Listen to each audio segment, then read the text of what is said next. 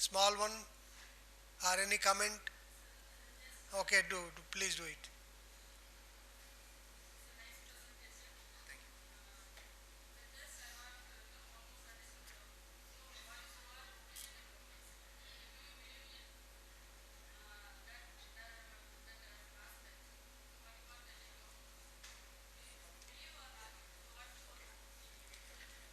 I said in the beginning, there is a skepticism. We have to open up for some questions. If philosophers are filled with answers, there is no possibility at all anymore. I have questions, I have skepticism, I don't have any belief. Thank you. Thank you very much.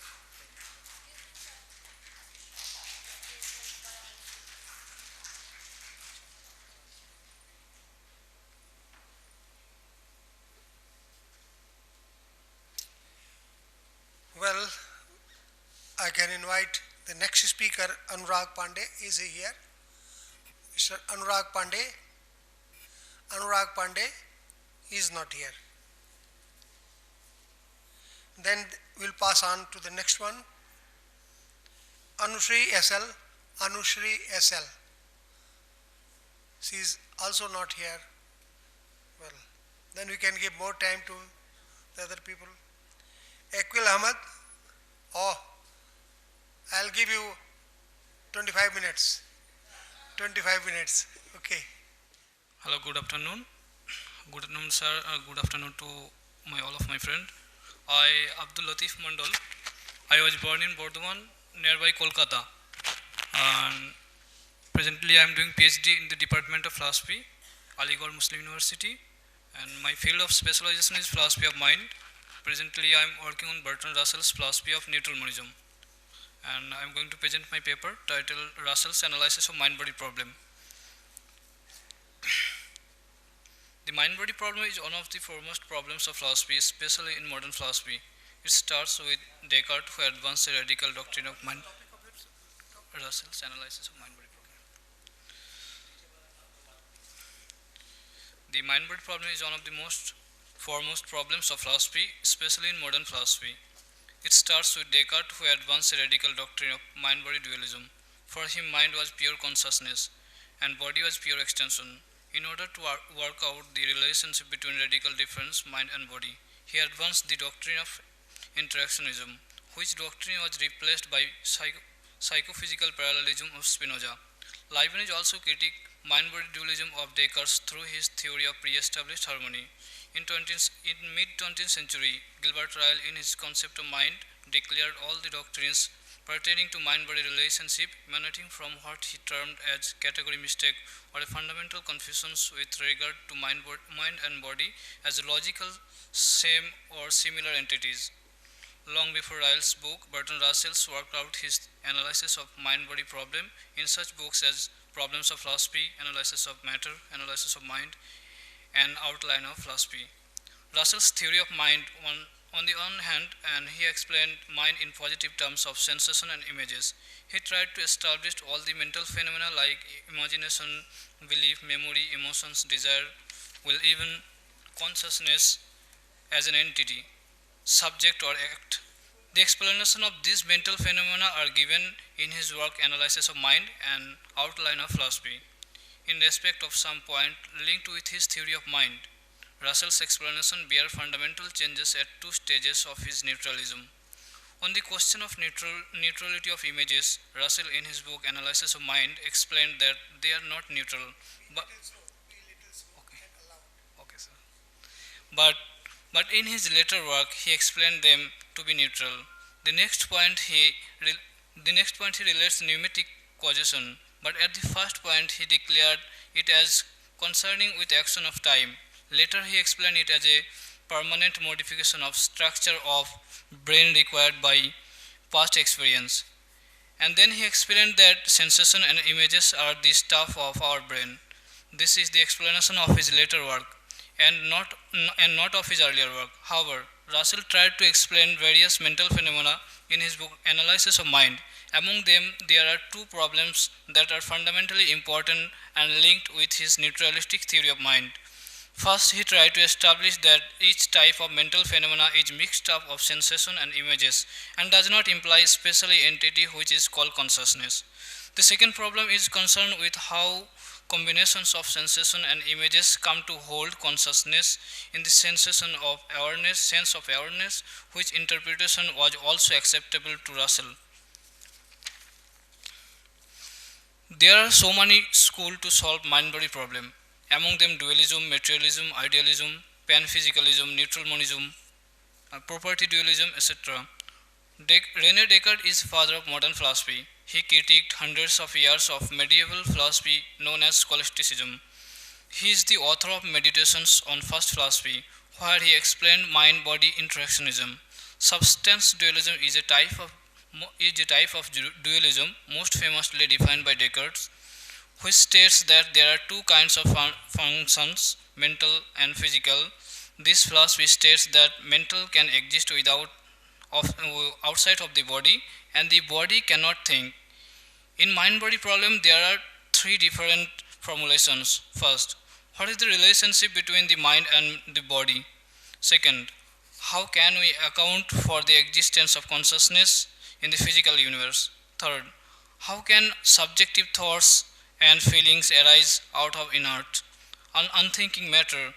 Substance dualism asserts that mind and body are distinct substances that interact with one another, but which are capable of separate, independent existence. Essential property of mind is thinking, which is unextended and indivisible.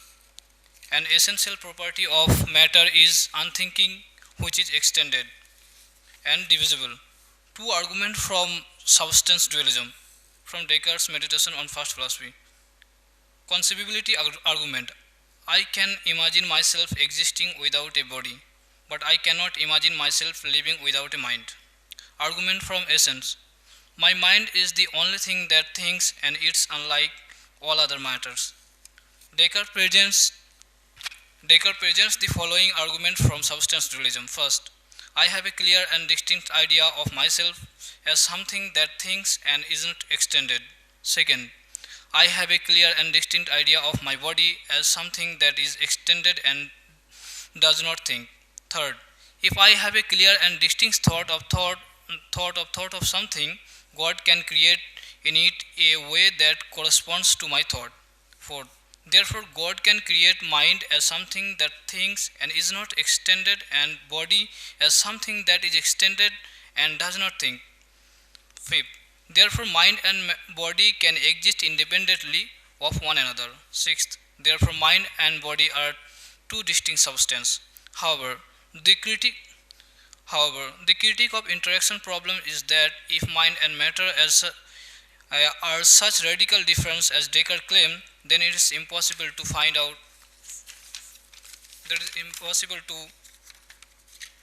have causal influences of matter and vice versa. However, idealism asserts that physical phenomena are dependent upon a reducible to mental phenomena. Materialism states that matter is the ultimate reality. According to panphysicalism, mental property are fundamental features of the physical universe. There is no divide between mind and matter. Spinoza's doctrine of substance, attributes, modes, gods, etc.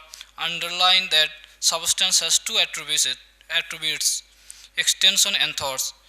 Everything is either a mode of extension or everything is a mode of thought.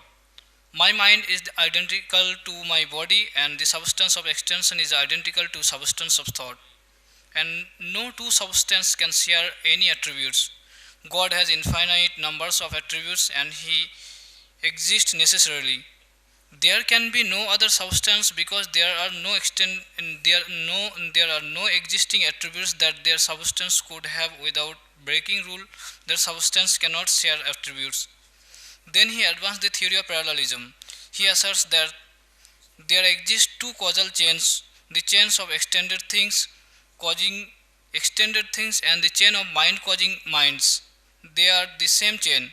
Panphysicalism is the theory that everything has a mind, where the mind of a chair is the same as the idea of my body of chair.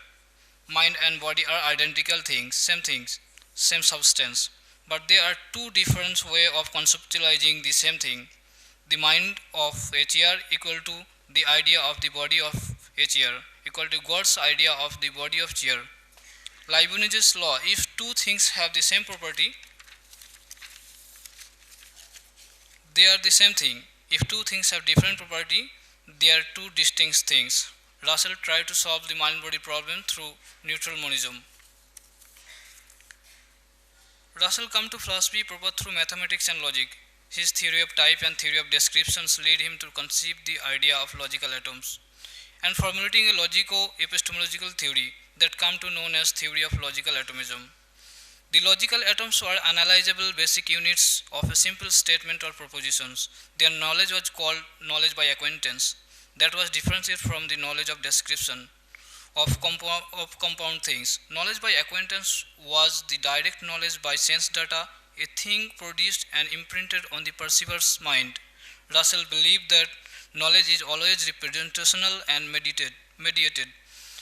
Between the mind and physical objects were sense data, which were also physical and external insofar as they were given and presented to sense.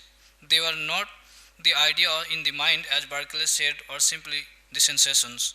Sense data could both be possible and actual. When one in contact with a physical object, he was having the actual sense data, but when one not actual perceiving an object, one would possibly see, touch if after or before coming in contact with it. These are the possible sense data or sensibilia. One in fact never experienced the thing, one was only present with the sense data. If the thing was ever unexpected, how one could be sure of its existence? Logically, the things were not there, only the sense data were there. Applying famous principles of Russell's claim, the existence of things could never be rightfully claimed. He said that actually the things were nothing but the assembling of actual and possible sense data associated with the so-called things. Russell in this way dispensed with the idea of material stuff or substance that supposedly underline the various properties of things. In the next stage, Russell also reduced the mind or mental stuff. One never experienced the mind, just one never experienced the matter. What occurred were the material events and not the mental stuff. Mind too was assembling or material occurrence which is termed were nothing but other type of sense data. Sense data thus in their externally were be called material and their internally called mental. They were neither material nor mental in the conventional sense. They were rather physically mentally neutral. The world was neither made up of material stuff nor the mental stuff or not both of them. It was rather made up of neutral stuff. So, in conclusion, Russell's account of neutral monism is an attempt to advance a metaphysical theory which is ontologically neutral. He wants to underline that neither materialism nor idealism nor any intermediate interactionism is acceptable on methodological or philosophical grounds. However, Russell's neutral monism can generate more problems than it can solve. There has got to be some positive or affirmative account of ultimate reality. We cannot say neither mind nor matter can qualify as ultimate reality. However, to say that reality is neither mental nor physical, it is to avoid the problem rather than offering a solution. Thank you.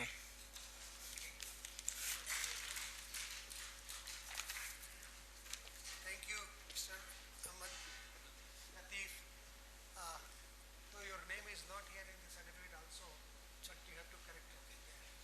So anybody is interested to talk about Russell's philosophy with him? Anybody will gladly welcome.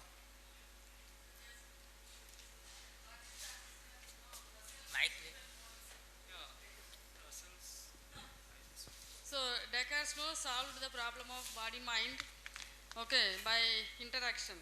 Okay, so by saying that it is like pineal gland which is interacting the body and the mind. Like it is actually a wrong conception of Descartes. Okay. So he says, Russell says about neutral monism. So what is this neutral monism mean? Yeah, there are so many controversies regarding mind-body problem. Starts with Descartes. Russell tried to solve this problem, but he created another problem when he used the word neutral monism. Neutral monism says that the mental and the physical is not fundamentally different things. This view holds that the mind and body are made some material which is not mental, not physical, but the neutral. For example, I am happy. Happy is psychological explanation, and I am male. Male is a physical explanation. Here the word I is neutral. It's like critique of Cartesian critique. So is it that is it correct in Descartesian sense also? Is it correct? Like pineal gland is the gland which is connecting both our mind and body. Like what is your idea? I also disagree with Descartes. Yeah, I also disagree with Descartes. This is not, they all are something different. Okay, so the problem is still existing. Okay, so the same problem is also taken by P.F. Starson also. So who are all persons? What are persons? Yeah, okay, so is it the combination of mind, that is mind plus body is equal to person, or what is that? Mind, body, brain is totally different. Okay, so it is still an existing problem. Okay, so we are composed of both extended body and also the mind, consciousness. Both are not opposing to each other, but we are related closely. Okay, so Starson just solves the problem by saying that it is like anthropological problem. So we are born with that, so no need of creating any problems in like dualism. So like he says, but still it is an existing problem. Yeah, this problem is also exists. Okay, thank you.